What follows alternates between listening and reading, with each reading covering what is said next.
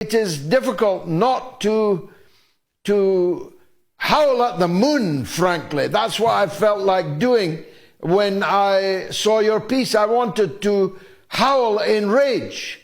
Just give us the small version of it. Well, it's well known that Jordan has been intercepting missiles from Iran over its airspace in order that they do not get anywhere near Israel. It's known that Jordan, the UAE, and Saudi Arabia formed a land bridge to circumvent the blockade of the Yemeni armed forces of the Israeli port of Eilat, which was subsequently bankrupt. It's also known that Egypt has collaborated with the blockade of Gaza since me and you entered Gaza, George. You will remember the experience we went through on the Egyptian side there for several days.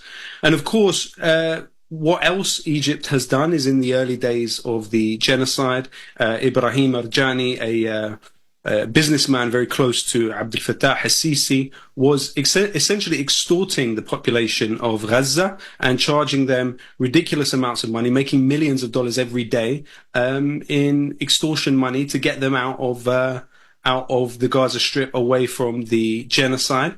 But it really doesn't stop there. That is literally just scratching the surface. When you look on the more economic side of what has been built, especially post the Abraham Accords, you have literally the airspace above Palestine managed by an Israeli company called Highlander. Now, that company is partly owned by the UAE state.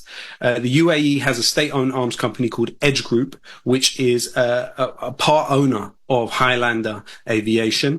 In addition to that, the company by the name of Third Eye Systems, it's again an Israeli intelligence company, has an AI system called the Ghost Soldier, which essentially Israeli military forces send out before they make an incursion in Gaza to better protect themselves from what will happen. Now, that company is 30% owned by Edge Group, the UAE state-owned company. And there's loads of other examples. You could look at, for example, the Jared Kushner-founded Affinity Partners, which was founded with money from the Saudi government, $2 billion from the Saudi government. Kushner took that money and invested it directly into something called the Shlomo Group. Now, the Shlomo Group is the largest shipbuilding company in Israel. It builds almost all of the Israeli Navy.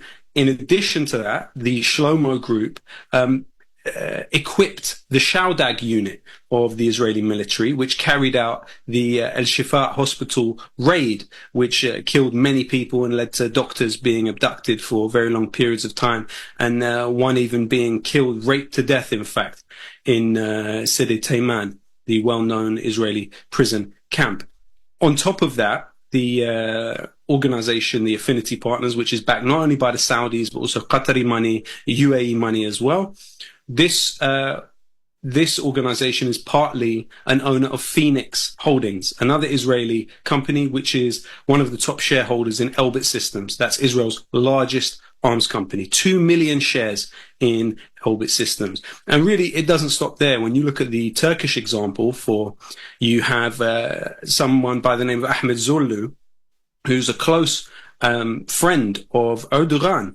Now, Zulu was 25% shareholder, one of the largest shareholders in an Israeli company called Dorad Energy. Dorad Energy provides Israeli military bases with electricity. It is a known fact that Turkey has for decades been training Israeli pilots in the Konya Air Base. In addition to that, you of course have the example of Erdogan's son, who has long been accused of trading with Israel, but actually a Turkish journalist by the name of Metin Cihan pointed out, according to figures from the Istanbul Chamber of Commerce, that a shipping company belonging to Erdogan's son, Burak Erdogan, was trading with Israel throughout the genocide. And there are many, many more examples of the way in which the political and economic elites of the region are tied in and integrated really with a lot of the Israeli military infrastructure